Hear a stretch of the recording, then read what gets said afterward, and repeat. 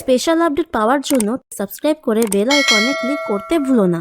ঝাঁপির থেকে একজন ম্যানেজার 50 কোটি টাকা লোন নিতে আসলে ঝাঁপি তাকে 50 কোটি টাকা লোন দিতে রাজি হয়ে যায় আর বলে, আপনার যে বস উৎসব রায় চৌধুরী তার থেকে একটা সই করিয়ে দিলেই আমরা লোনটা দিয়ে দেব।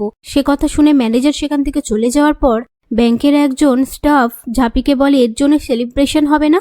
তখন ঝাঁপি বাইরে এসে ব্যাংকের বাকি স্টাফদের বলে, আজ আমার ব্যাংক থেকে 50 কোটি টাকা লোন স্যাংশন হয়েছে, এর জন্য একটা ছোট্ট করে সেলিব্রেশন হবে। এই বলে কেক কেটে সবাইকে খাইয়ে দেয়।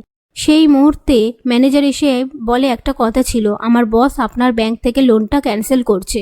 পাশ থেকে ঋষভ বলে, এখন এগুলো বলে কি করে হবে, আমি আপনার বসের সাথে গিয়ে কথা বলবো।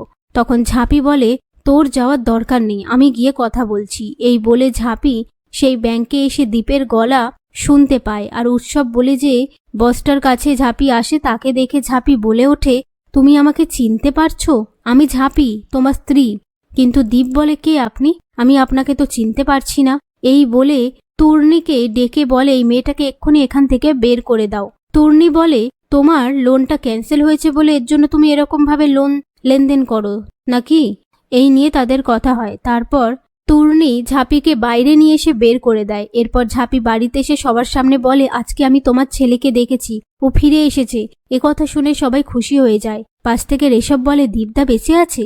ঝাঁপি বলে, হ্যাঁ আমি নিজের চোখে দেখেছি, কিন্তু ও না কিছু মনে করতে পারছে না, তোমরা সবাই এক্ষুনি চলো। আর বিথি যেতে চাইলে ঝাঁপি বলে, তুই তিন্নি তো বাড়িতে একা থাকবে, তুই একটু ওকে দেখে রাখিস। বিথি বলে, হ্যাঁ যাও, আমি ওকে দেখে রাখবো। আমি কবে থেকে মা ছাড়ালক্ষ্মীর কাছে একটাই প্রার্থনা করে এসেছি, দীপদা যেন ফিরে আসে।